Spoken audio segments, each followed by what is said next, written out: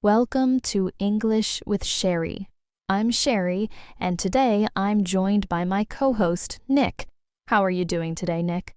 I'm doing really well, thanks. Super excited about today's topic, actually. It's one that I feel a lot of people can connect with. Absolutely. So today we're talking about something that sounds simple, but can actually be really tricky for English learners.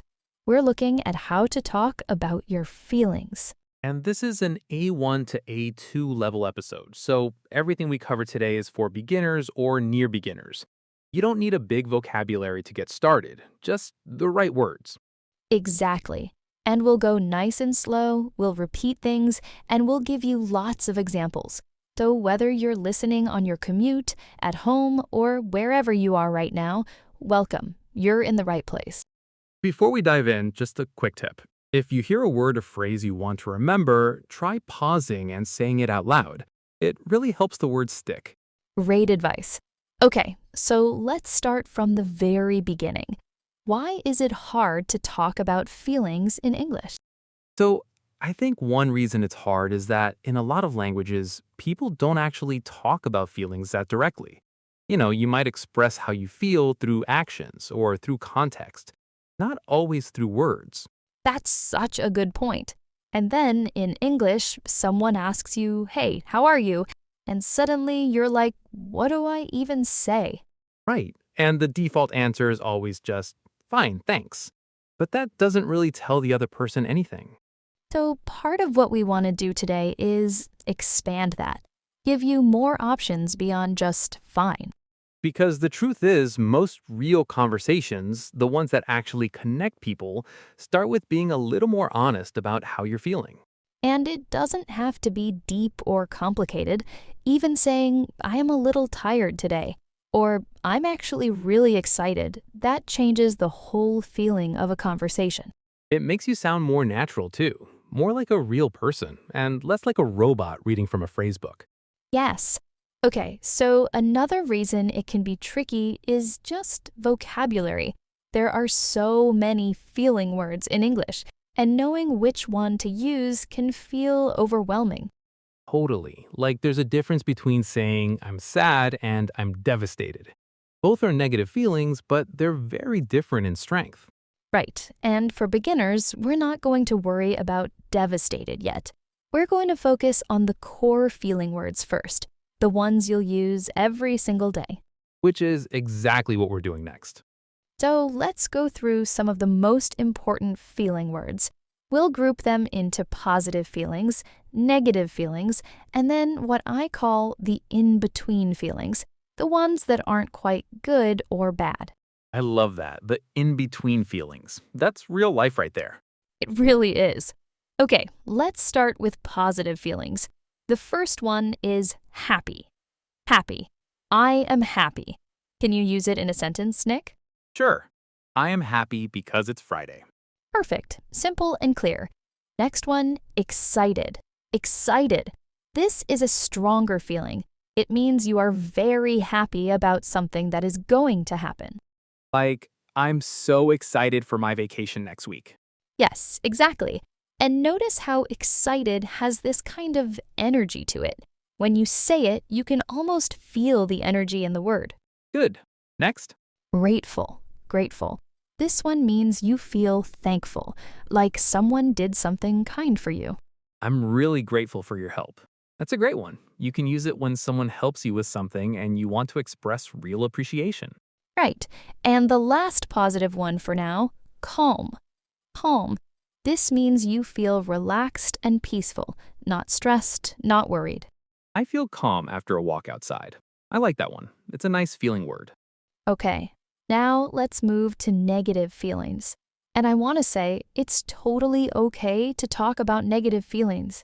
In fact, being able to express them is really important for your mental health and your relationships. Such an important point. Keeping everything inside isn't always good for you.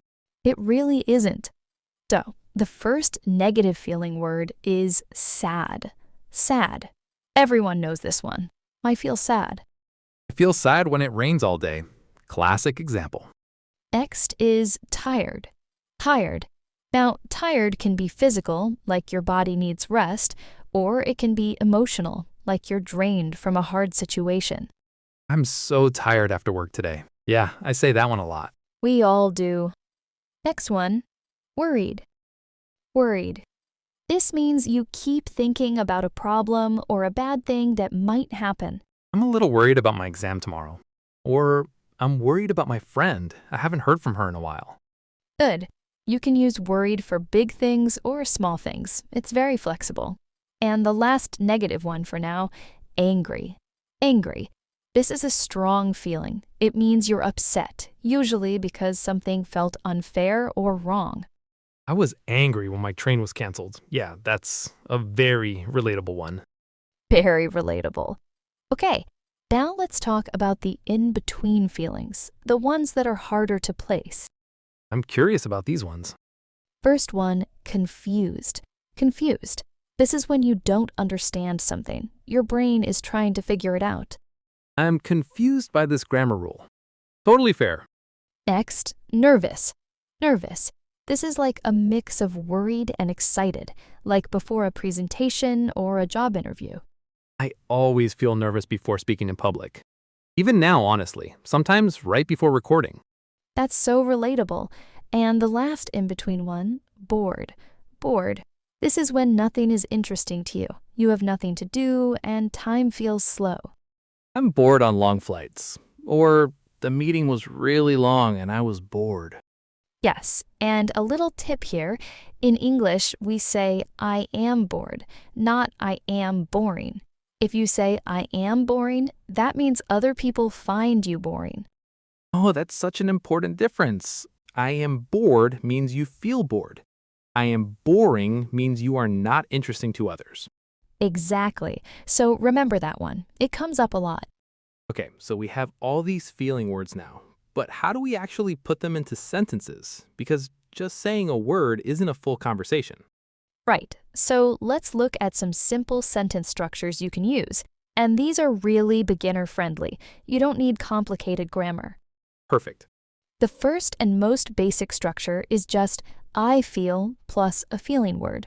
I feel happy. I feel tired. I feel nervous. It's as simple as that. I feel excited about today's episode.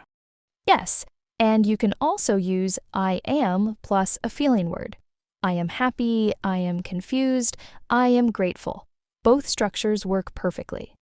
Is there a difference between I feel happy and I am happy? Great question. In everyday conversation, they mean almost the same thing. But I feel can sometimes sound a little softer or more personal, like you're sharing something from the inside. That makes sense. Like, I feel nervous sounds a tiny bit more vulnerable than I am nervous. Just a little. Exactly.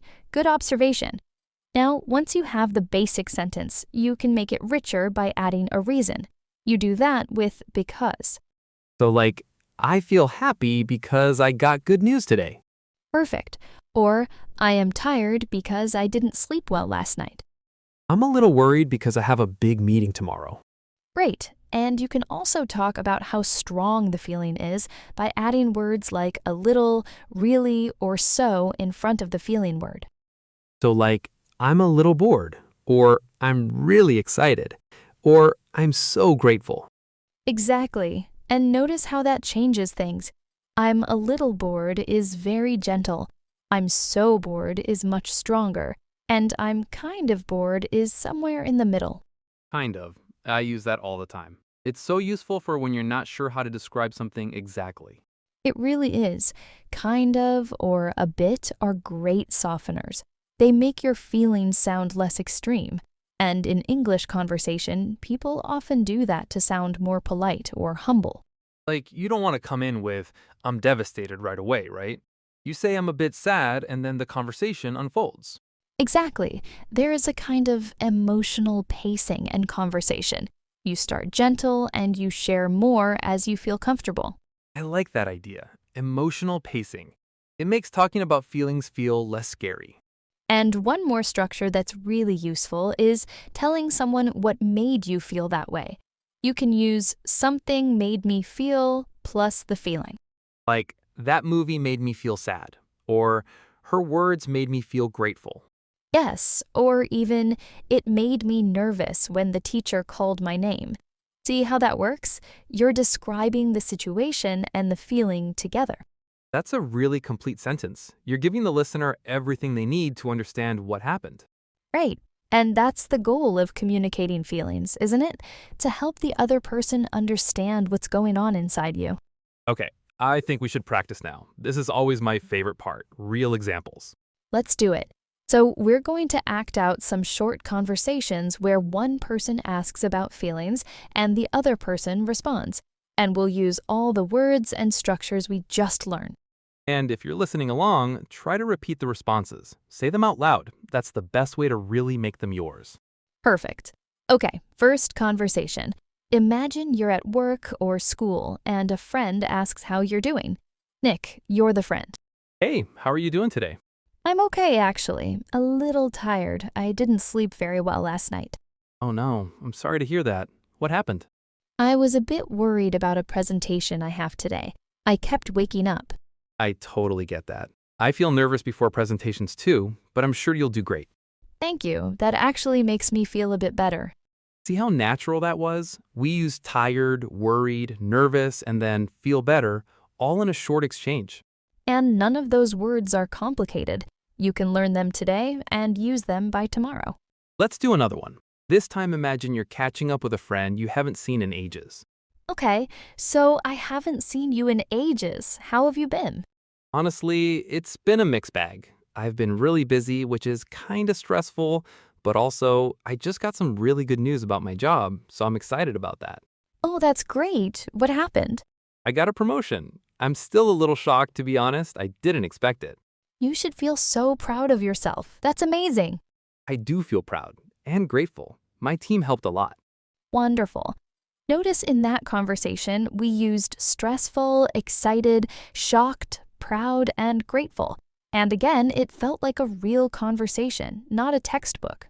Right, because feelings are part of every real conversation. You can't really connect with someone if you only talk about facts and logistics.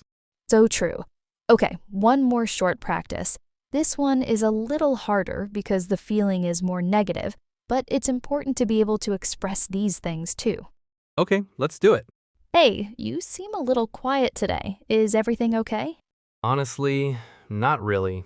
I'm feeling kind of sad. My dog has been sick, and I'm really worried about him. Oh, I'm so sorry. That's really hard. I can understand why you feel that way. Thank you for asking. It helps to say it out loud, actually. Of course. I hope he feels better soon, and if you need anything, just let me know. That means a lot. I'm really grateful. See how that worked? Saying, I'm feeling kind of sad is such a simple sentence, but it opened up a real human conversation, and the listener responded with empathy. And saying it helps to say it out loud, that's actually something a lot of people feel. When you name a feeling, it becomes a little easier to manage. That's actually a psychological truth. Naming your feelings, it can genuinely help. And now you have the English words to do that. Okay, let's do a quick recap before we wrap up. Today, we talked about why it can be hard to express feelings in English, and we learned a bunch of key feeling words. We covered positive words like happy, excited, grateful, and calm, negative words like sad, tired, worried, and angry, and in-between words like confused, nervous, and bored. We also looked at some simple sentence structures. I feel plus a feeling word. I am plus a feeling word. Adding because to give a reason, using a little, really, kind of, or so to show how strong the feeling is. And we practiced with some real conversations, so you could hear how it all fits together. My challenge for you this week is to try using at least 3 of today's feeling words in a real conversation, or even just in your journal or diary in English. That's a great challenge. And remember, it doesn't have to be perfect. Even one honest sentence about how you're feeling is progress. Language learning is all about those small steps, right? One word, one sentence, one conversation at a time. Beautifully said. Thank you so much for listening to English with Cheri.